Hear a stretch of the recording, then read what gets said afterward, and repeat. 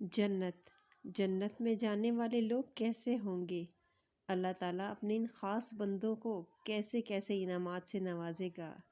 آئیے مطالعہ کرتے ہیں حدیث پاک کا کہ حدیث پاک میں جنت اور جنت میں جانے والوں کے متعلق کیا ارشاد فرمایا گیا ہے۔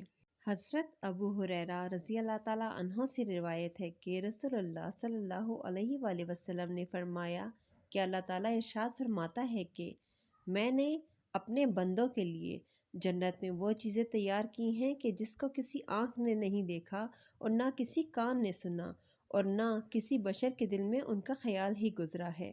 رسول اللہ صلی اللہ علیہ وآلہ وسلم کا ارشاد پاک ہے کہ اللہ تعالیٰ اہل جنت کو مخاطب کرے گا، وہ کہیں گے کہ اے ہمارے رب، ہم حاضر ہیں اور ساری خیر اور بھلائی تیرے ہی قبضے میں ہے۔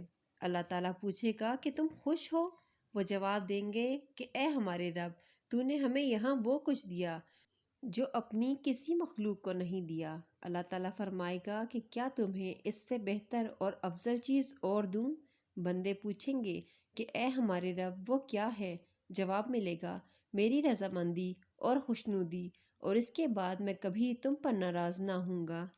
رسول اللہ صلی اللہ علیہ وآلہ وسلم نے فرمایا کہ جنت میں داخل ہونے والی جماعت صورتوں میں 14ویں کے چاند جیسے ہوں گے، اور ان سے ملک جماعت آسمان کے چمکتے روشن ستاروں کی مانند ہوگی۔ سب ایک دل ہوں گے، نہ آپس میں اختلاف ہوگا اور نہ دشمنی۔ ہر جنتی کی 2 رفیقہ حیات ہوں گی۔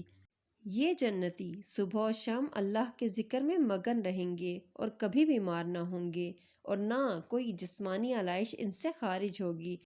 ان کے استعمال کے ظروف اور بالوں کے کنگھے سونے چاندی کے ہوں گے۔ انگیٹھیوں میں اگر کی اور پسینے میں مشک کی خوشبو ہوگی۔ سب کے سب اپنے باپ آدم کے ہم صورت اور بلند و قامت ہوں گے۔ سبحان اللہ۔ اللہ تعالیٰ ہمیں دین اسلام کی تعلیمات کو سمجھنے کی توفیق عطا فرمائے، آمین۔